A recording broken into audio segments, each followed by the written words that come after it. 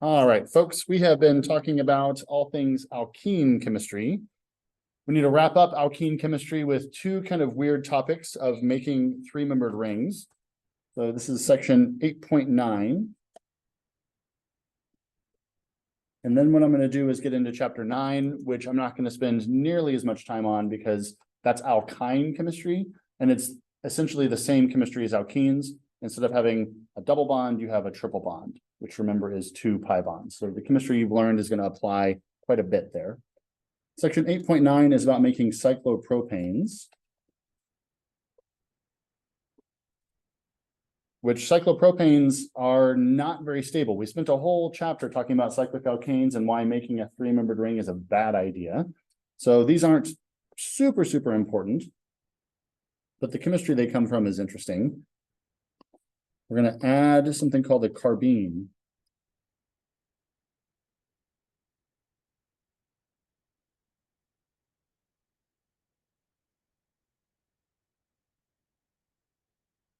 So our process here is to take an alkene. I'll go ahead and draw out all the atoms in it. Which alkene am I using here? Ethene. Can be any alkene. This one happens to be ethene. And then I'm going to react that with 2 different reagents, CHCl3. Anybody know what CHCl3 is?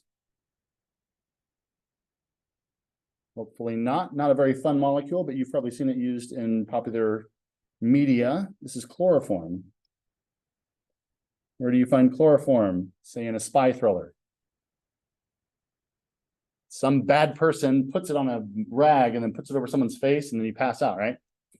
That works. And I'm not saying that from I have chloroformed someone. I have chloroformed myself. When I was an undergrad, I had a bunch of beakers laid out that I didn't label. And one of my lab mates was like, hey, Nathan, we need the chloroform to be able to run this instrument. And so I go over and just start picking up beakers. And I was like, no, that's dichloromethane. No, that's water. That's the chloroform. That's the one. I found it. About 10 minutes later, I got my feet back underneath me. Chloroform is a popular organic solvent. It is very volatile. It replaces a lot of the air in your lungs pretty quickly, and that's what causes you to pass out. Don't breathe in chloroform. Not a good feeling. If you mix chloroform with KOH, that's potassium hydroxide, a base, we are going to make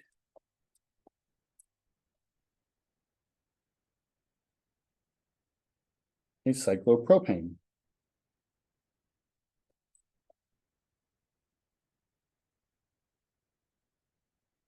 And in particular, this is a 1,1-dichloro, because the carbon has 2 chlorines on it. 1,1-dichloro cyclopropane. Again, this is a pretty niche experiment, but I want to show you this because it uses a type of carbon intermediate called a carbene. So I do want to show you the mechanism here. What we're going to do is start with chloroform that looks like this. That is CHCl3. And it reacts with OH. So you've probably picked up on this whenever we write something like sodium hydroxide or potassium hydroxide. What we're really after here is the hydroxide. The potassium or the sodium is just a counter ion. You can't just have a bottle of OH minus, it would be unstable. It has to have some other ion to hang out with it. So I'm going to draw just the OH minus here. It is a base. And so its job is to take protons. So the OH minus is going to take the proton from chloroform, and we're going to push the electrons onto a carbon.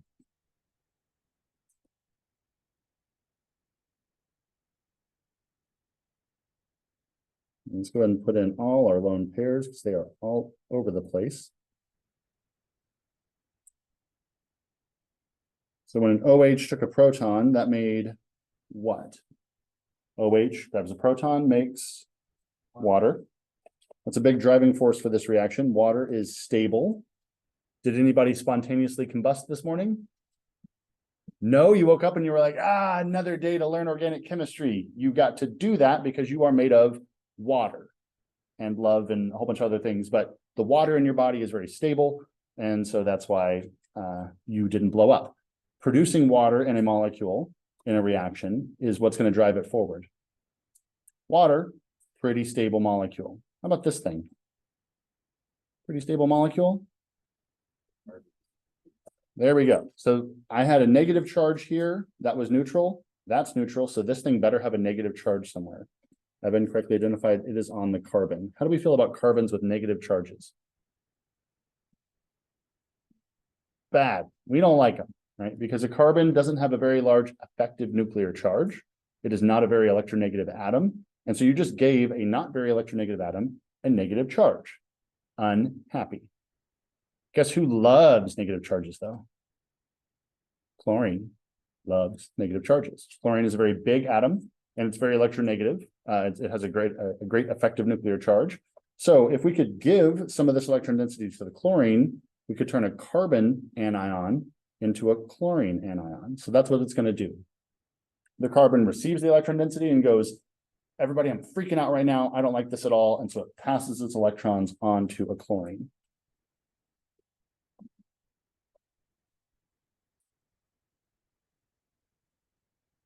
So it is going to make a carbon with a lone pair.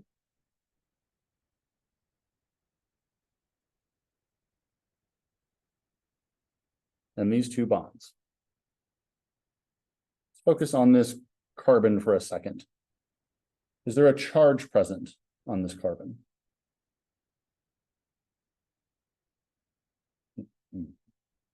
Carbon wants how many associated electrons with it? 4. How many are associated with this carbon? 1, 2, and then half the bonds, 3, 4. That carbon is neutral. So the negative charge from here left with the chlorine. And that's what we did, right? We switched out a carbon minus with a chlorine minus. So good math there. We're passing the negative from something that's not good at hanging on to it to something that's very good at hanging on to it. But so this carbon doesn't have a charge anymore. That's great. But this carbon is actually really unstable. Why? Doesn't have an octet. This freak show of a carbon is uncharged, but doesn't have 8 electrons. It is called a carbene. And it's crazy, y'all. It is a carbon that is lacking a lot of electron density, but has a lone pair. And as you've seen, lone pairs can be nucleophiles. They can attack things. So that's where our alkene is going to come in.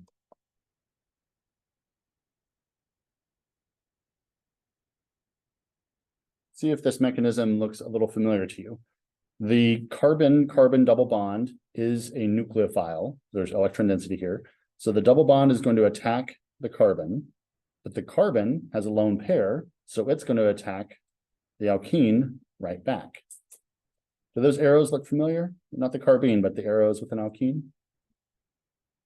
Like when it attacked chlorine or bromine, and we made that chlorinium or brominium ion. Same thing. Double bond attacked the chlorine, and the chlorine was like, well, fine, if you're going to attack me, I'm going to attack you back. And it makes a 3-membered ring. Same thing's going to occur here. It's just that it's a carbon on the other side. Oops. So double bond went away. That arrow shows us the double bond going away.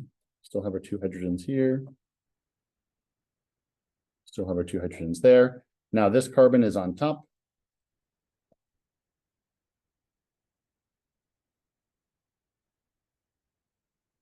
And we have our 2 chlorines attached to it.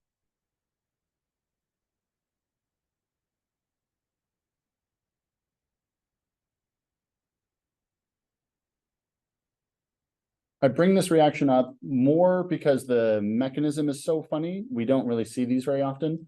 And truth be told, carbenes actually represent a very small amount of organic chemistry. But because we're learning more about mechanisms, I think that this is an interesting time to talk about how a carbon could have not 8 electrons, but still be relatively stable because it doesn't have a charge. Normally, when I show you a carbon that doesn't have an octet, it has a positive charge. Carbenes aren't that way.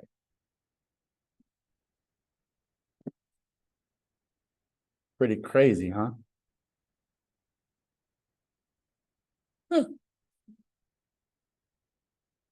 Love it. Favorite new reaction?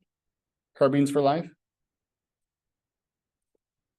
Is everybody super, super confused right now? No? Okay, good. There is, I can tell on your faces right now that you're like, whatever, Dr. Green, you're trying to make this cool and it's not cool. And I don't want a dichlorocyclopropane anyway. The molecule I'm trying to make to save the world from COVID doesn't have two chlorines up here. So what are you going to do, Mr. Wizard, if I don't want two chlorines up here? I'm going to show you a reaction of how to replace those two chlorines with hydrogens. But don't worry, we're not going to go over the mechanism again because it's weird. These two chemists, Simmons and Smith,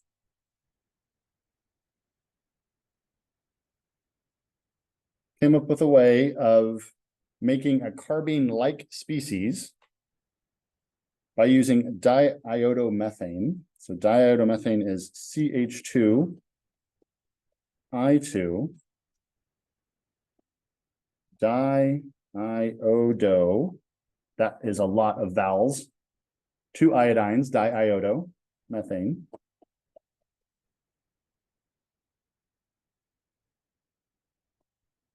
Which is going to react with zinc copper.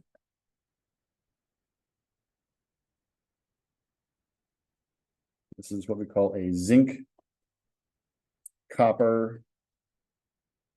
I would normally say mixture, but when you mix two metals, that's called an amalgam. So think of like amalgamation. That word amalgamation means mixing a couple things together. Amalgam here is mixing two metals together. If you mix those two things together in the presence of an alkene,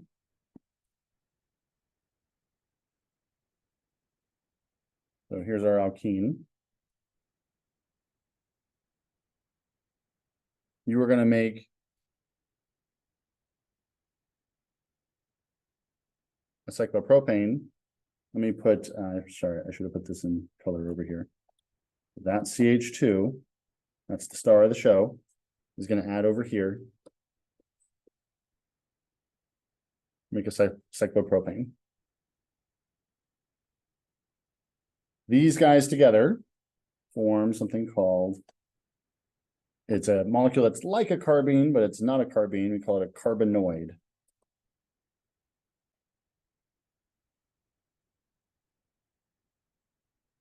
It's a carbene wannabe. Those reagents mix together to make something that kind of looks like a carbene, but they do something else.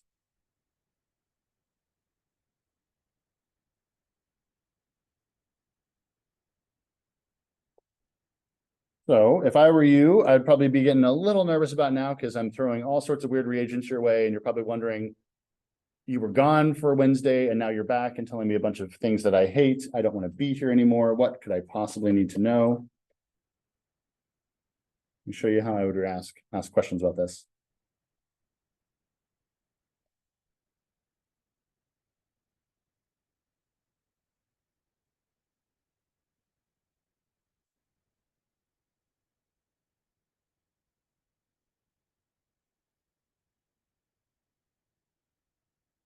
Pick the product of that reaction, please.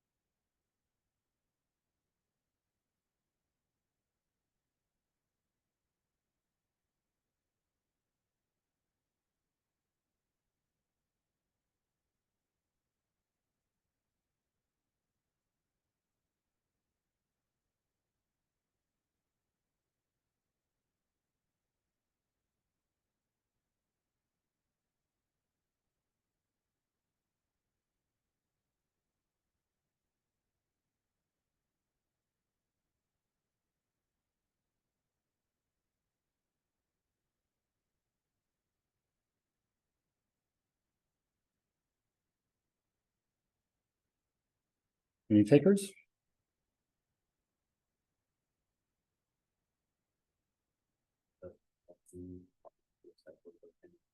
Now King is going to go away. So all this is just a clever ruse, right? You'll see me do lots of this where I'll be like, look at all the distractions over here. It's crazy. And then you're going to go, nope, I'm not going to pay attention to any of that. There's an alkene here.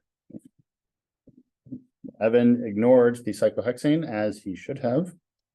Said the alkene's going to go away and replace it with a what? With two CLs in there. But I don't want two CLs on there now. What if I wanted to swap this out and I wanted those to be H's? You're right. This is the correct answer. But if I didn't want those to be there, I would put these reagents down here instead. I want you to be able to predict products based on these set of reagents. If you mix chloroform and sodium hydroxide, you make a cyclopropane with 2 chlorines attached to it.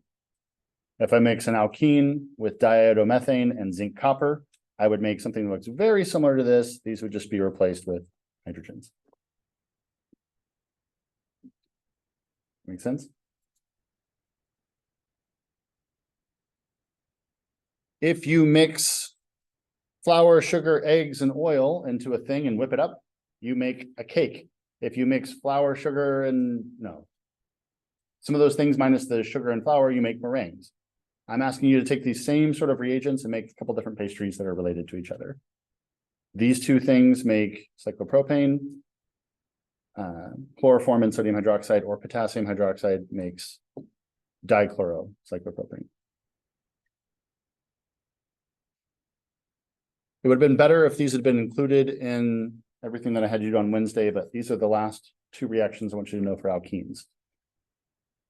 So at this point, what is a very good idea for you is to go back to the beginning of chapter 8, because we're going to skip sections 8.11 through 13. Those are radical reactions, and we cover those in other chemistries.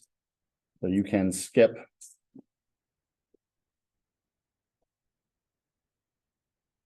8.11 through 8.13. What I want you to do is go look back at that spider diagram from forever ago.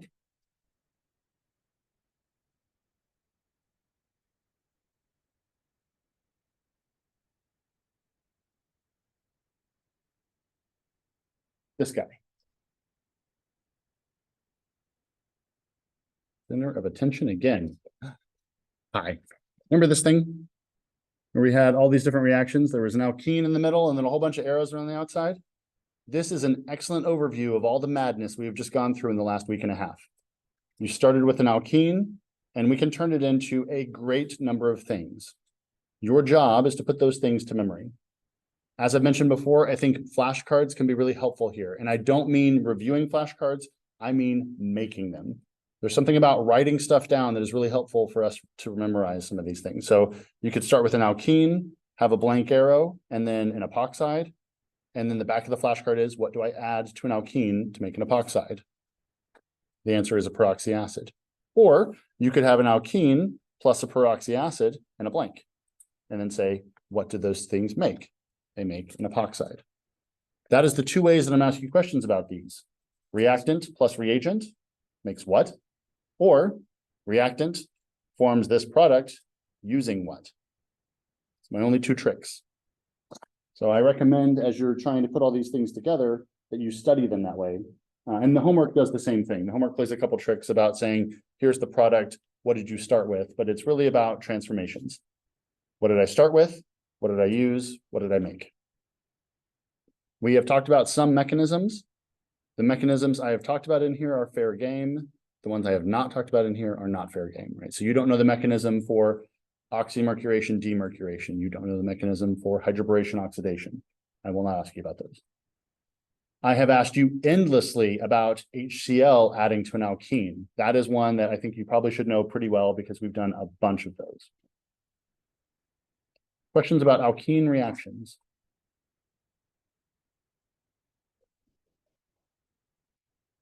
There is a book called Organic Chemistry for Dummies. I'm not a huge fan of it. There's some good ones in there, but it's not for you guys because you guys aren't dummies. So that book was not intended for you. You need a book called Organic Chemistry for Elite Jedi Ninjas.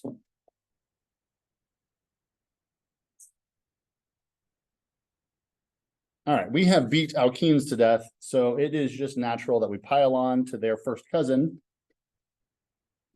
which are alkynes.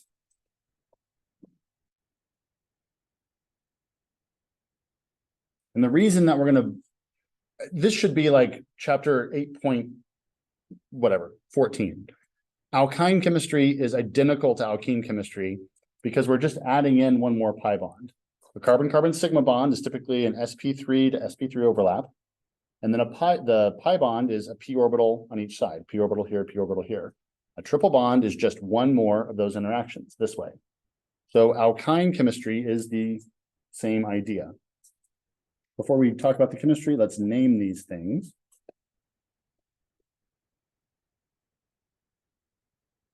So I would normally do this stepwise, but we have done this so much that let's just see.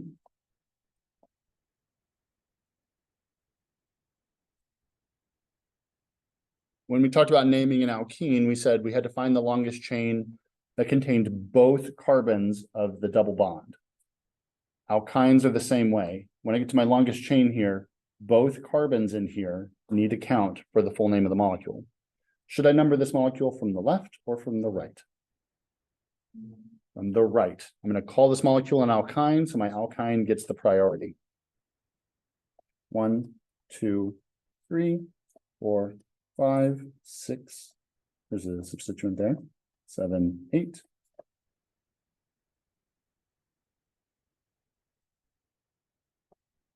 What's a carbon 6? Word up. Nobody says that anymore. 6 is a methyl. Shonath. Nobody says it either. I don't know. Actually, let me tell you, I'm going to pause the recording really quick because this might not work.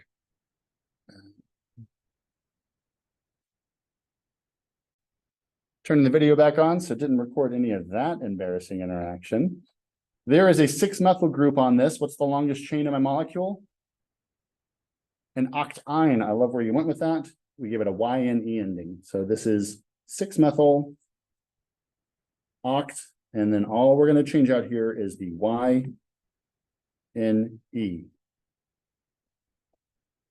If it was an alkene, it'd be ENE. If it was an alkane, it'd be ANE. Just swapping out this last part. So 6-methyl octyne. Yes, I do. Just making sure you're paying attention. Too busy talking about Hank Green. I need to tell you where the triple bond is. I was expecting everyone to be like, Hank Green might come here. None of that. No fanboys or girls. 3 octyne.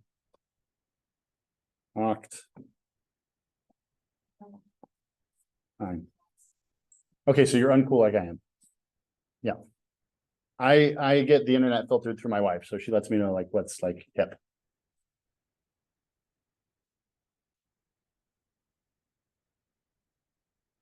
I want you to be aware of a stupid new way that people are writing names I dislike very much, but you're going to see it occasionally. IUPAC, in all their infinite wisdom, has decided if I put the 3 up here, it's too confusing for you guys. You'd go 3 octyne. What? I couldn't possibly understand what the 3 means. We better put that number right next to the ine. So they will write it as 6-methyl oct 3 ine.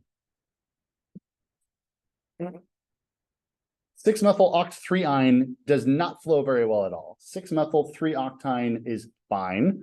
You're going to see me exclusively write it this way because it makes sense, and this way is dumb. But both are acceptable. So you want to write either one, feel free. Questions about naming alkynes? Now that you know how to do this, you can name all kinds of alkynes. They are not in the mood today. Note to self. Dr. Green, what if I have a molecule that has an alkyne and an alkene in it? Very astute question. These types of molecules are called eneines. We call them eneines because we found alkenes first. And then we figured out that alkynes existed and we were like, oh, well, we better put them in there too, but they're going to be secondary. So if you have a molecule with an alkene and an alkyne, the alkene gets the priority. So I'm going to number my eneine from the left or from the right? From the right, because ene comes before ine. There's my ene. 1, 2, 3, 4, 5, 6, 7. What do you think is the name of this molecule?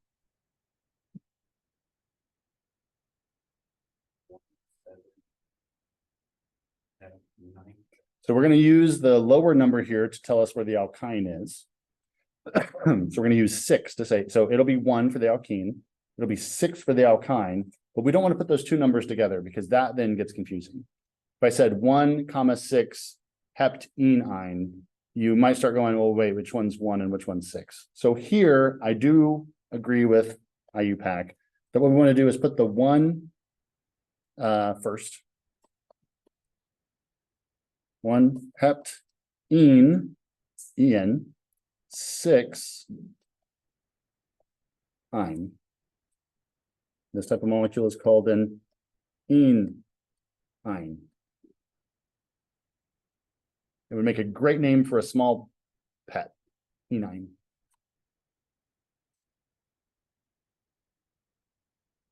I would say those molecules are relatively rare. Most of the time, what you're going to find is that an alkyne is either going to be the principal name of the molecule or a substituent. This is a very specific example. So let me show you what it looks like when you have an alkynyl substituent.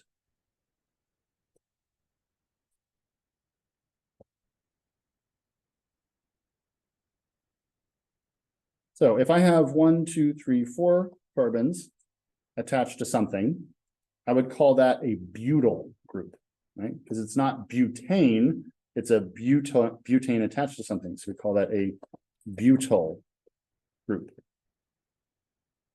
If I had a double bond here, that is a 1, 2, 3, 4 butyl group, but now it's got a double bond in there. So we would call it 1 butenyl. The 1 tells me where the double bond is, and I'll show you an example of that here in a second of how we use that, but it's attached to this carbon. So carbon 1, 2, 3, 4, 1 butenyl. If I have 1, 2, 3, 4, a triple bond in there, this would be 1 butynyl. So butyl, butenyl, double bond, butynyl, triple bond.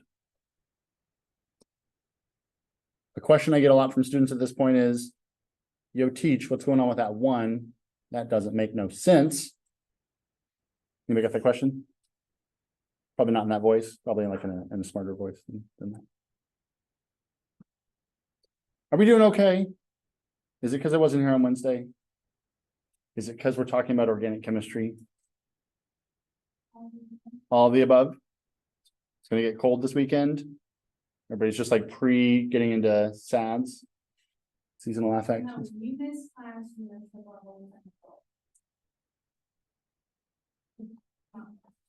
Ugh, cut me deep. I was at TCC learning about legal issues in higher ed. It was fascinating. Agreed. I couldn't agree more. I would have rather been here talking with you all. Let me show you what I mean by all of these ones being in here. If I had a cyclohexane with a propynyl group coming off of it. So here's a cyclohexane. I'm going to put a propynyl group on there. I'm going to put the propynyl group at carbon 1. So that is the first carbon coming off of cyclohexane. This would be a 1 propynyl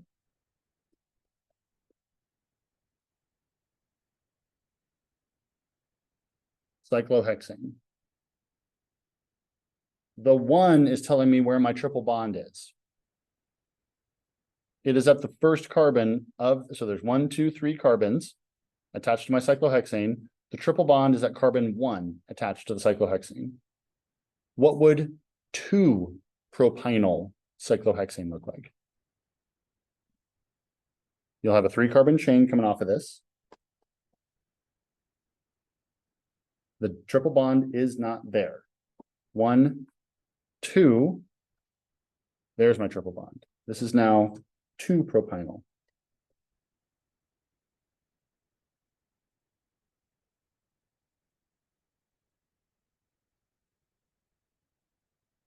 So a question you might have is, what if there's other things in the cyclohexane? You have to put in even more numbers. And I'm not going to do that because you guys are going to leave the room at any moment if I make this more confusing than it needs to be. So why would it not be like? Is it because of the cyclohexane, so no matter which one it's coming from? Correct. It doesn't matter where we put it because they're always going to be that's always going to be carbon 1. Now, if I put, say, a methyl group on here, then I'd have to say this is M comes before P, so that is 1 methyl, 2 propynyl. So I'd have to put a 2 in there and then another 2, but I'm not going to do that because I don't want to confuse you guys more. So this 2 refers to where the triple bond is in my substituent. There is a propynyl group, 1, 2, 3 carbons. That's a propynyl group. Where is the triple bond in relation to the cyclohexane? It's at carbon 1, 2 propynyl. Up here, that's my propynyl group. Where is it in relationship to the cyclohexane? It's at carbon 1 propynyl. Make sense? Yeah. I can push the right buttons. 1, 2, 3. 1 propynyl. 1, 2, 3. 2 propynyl.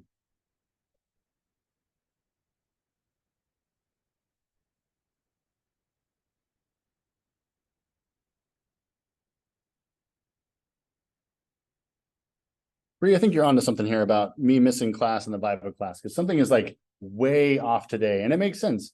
I'm glad that you guys get as much from class as I do as well, because I taught this class for a couple of semesters totally online during the pandemic. And after like the second semester of doing it, I was like, if I have to keep doing this, I'm going to go do literally anything else because it is a nightmare trying to teach. And the first semester I did it, we did it synchronously, but of course everyone turned their cameras off. So I sat in a room in my house for an hour and a half because they were hour-and-a-half lectures, and I just talked to myself. And I couldn't see anybody, and nobody was talking to me. So like halfway through that lecture, I was like, hello? Is anybody here? And like my dogs would wander in. I'm like, okay, there's another living object. I'm not going insane. I think I'm hallucinating right now. What I'm trying to say is it's good to see you all. Now that we all know how to and love naming alkynes, let's talk about how to make these things.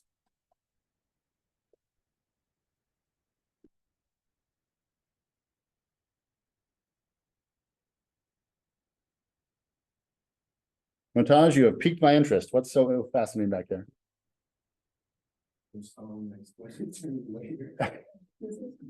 You're like, what's the answer to number 1? And Khaled's like, there is no number 1. All right. Let's talk about how to make these things. How did we make alkenes? What kind of reaction? What general class of reaction made an alkene? Was it an addition, elimination, substitution, rearrangement? Flogger-Snark? It wasn't a Flogger-Snark reaction, I just made that up. Elimination reactions, right? You guys are not playing along today. And my weirdness isn't landing either. It's just like after I say something weird and you all look at me, I'm like, that makes sense because that was a weird thing for a human being to say. Elimination reactions are the correct type of reaction.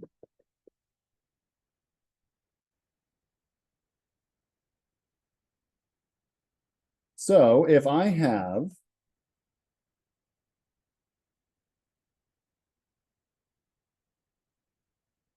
a molecule that had a bromine on it, we know that we could remove the bromine and make a double bond. If I have a molecule that has 2 bromines on it, so a bromine on this carbon and a bromine on that carbon, I can remove HBr from this molecule twice to make a triple bond here. When we had an alkyl halide, so that's what this is, alkyl halide, what other reagent did I use to make an alkene? A base, so something like potassium hydroxide. What that's going to do, I'll just show you the first one. OH minus It's going to take a proton, that bond is going to break and kick off the bromine. That's a reaction mechanism that we've talked about in forming an alkene. That is going to happen twice. So let me actually, I don't want to show you the full mechanism. I'll put this back on there. That's going to occur twice to make a carbon-carbon triple bond.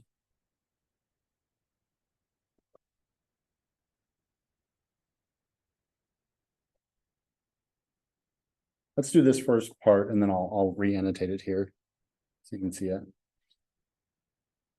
Remember, whenever we draw something like potassium or sodium, what we're really talking about is you have a potassium plus and an OH minus. And so what we're doing here is a dye elimination reaction.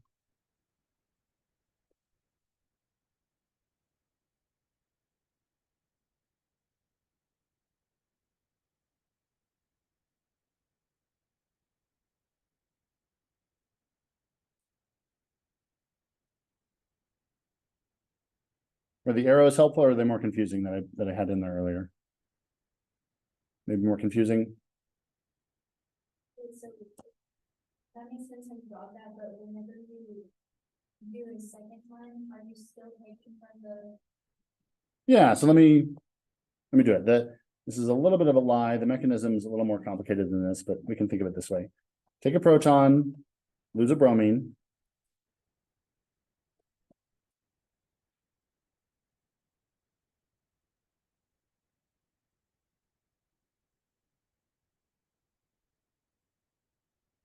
Would get you there.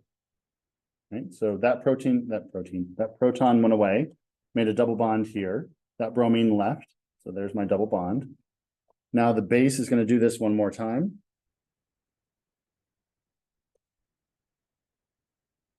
I'm going to take this proton, break that bond, make a carbon-carbon triple bond. That bromine's going to go away. That's where my triple bond comes from. Two elimination reactions just back to back. Because remember, a triple bond is kind of like two alkenes. There's an alkene here, and there's an alkene here. So we're just forming each of those pi bonds one at a time.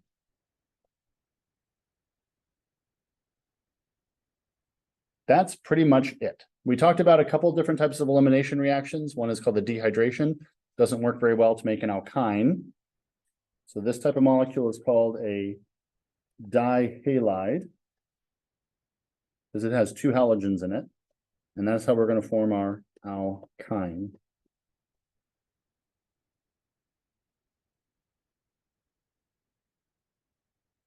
A di elimination of a dihalide.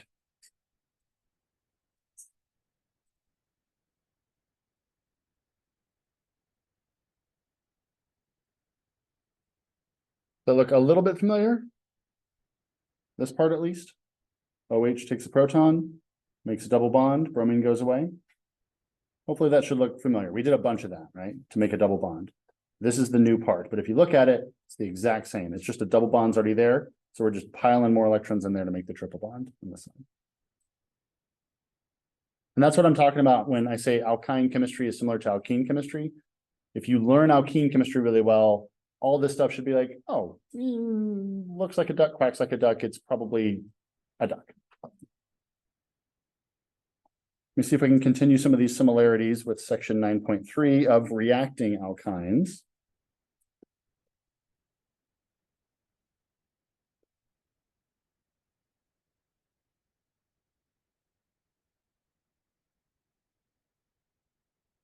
You remember back to the first reactions of alkenes, what we did is we added HCl or Cl2. We can do that same thing here.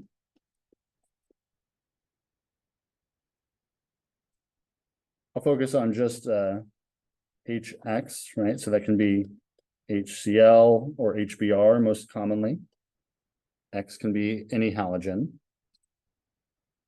So if I add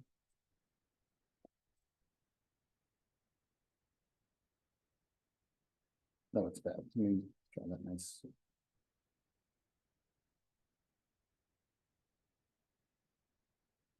Let me briefly pause here about how I draw alkynes, because I often forget about the carbons that are here. You may have a similar issue, right? If you see, I put a little break in these bonds, that helps remind me that there are indeed carbons here. You'll see alkynes drawn in many different ways. Some people, and you don't have to draw all these if you don't want to, some people will draw an alkyne where they will draw out the carbons to remind themselves that it's there. Some people will put dots. That's not as common. The book does a thing that drives me absolutely crazy where they just draw a line, straight line, and then put the triple bond across it.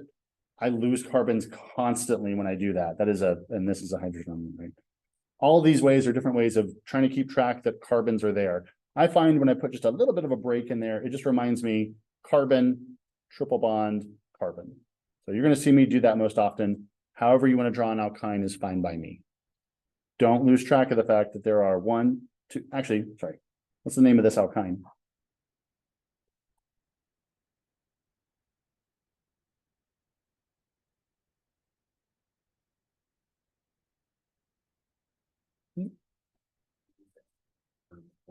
One hexyne. 1, 2, 3, 4, 5, 6.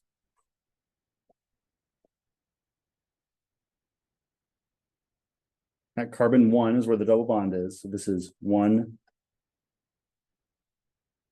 hexyne. YNE tells us that it's a carbon-carbon triple bond. I'm going to add into this HBr.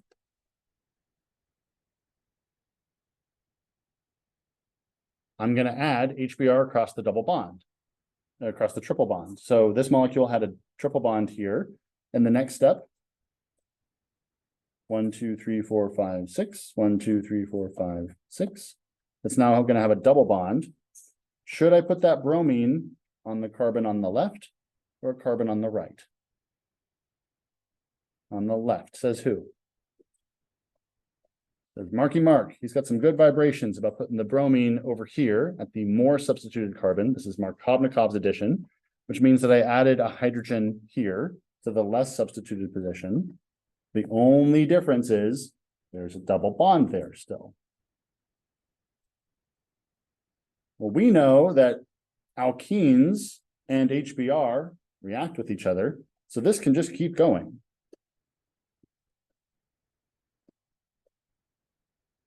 What's the product of this molecule with HBr? Is it going to have a double bond? No. So let's draw this out. 1, 2, 3, 4, 5, 6. 1, 2, 3, 4, 5, 6.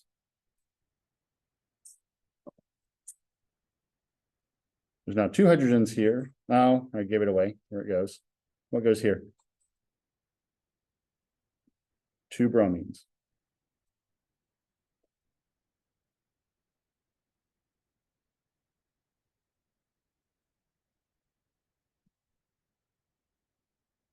So if I want to stop at the alkene, I need to limit how much HBr I add to this molecule. If I have 1 equivalent, means for every mole of hexyne, if I add 1 mole of HBr, I can stop here. If I want to add in excess, and I'll write this out, but with excess HBr, it just keeps going. You'll see, because chemists like to sound cooler than what they are, because we are super cool to begin with. Excess is always written as the letters XS, which probably should be spelled that way anyway, because excess gets the point across. So 1 equivalent of HBr will get me to stop here. If I add an excess amount of HBr, it's going to go all the way to the alkane. 2 pi bonds, 1 pi bond, no pi bonds.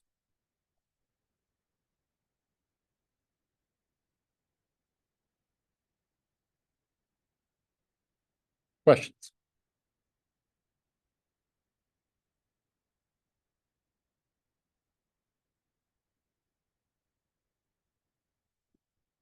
Okay, I have 4 minutes left, but the next thing I have to talk about is going to just really make all of you even more mad and sad than you are right now. So as a way of me saying, I'm sorry I wasn't here on Wednesday. I promise I'll try to not do this anymore. I do have 1 more of these. In November, I've got to be gone for a conference on a Friday. But other than that, I'm gonna try really hard to not do any of those things because I would prefer to be here as well. We'll take a break here. Everything from this point back to the 16th is fair game for quiz 7, which is on Monday. Exam 3 is on Friday, but we will cover all of that next week. We have a guest lecturer today at the seminar series at 1 o'clock. If you want to come learn about some crazy physics called Bose-Einstein condensate. Otherwise, I hope you have a wonderful weekend and I'll see you on Monday.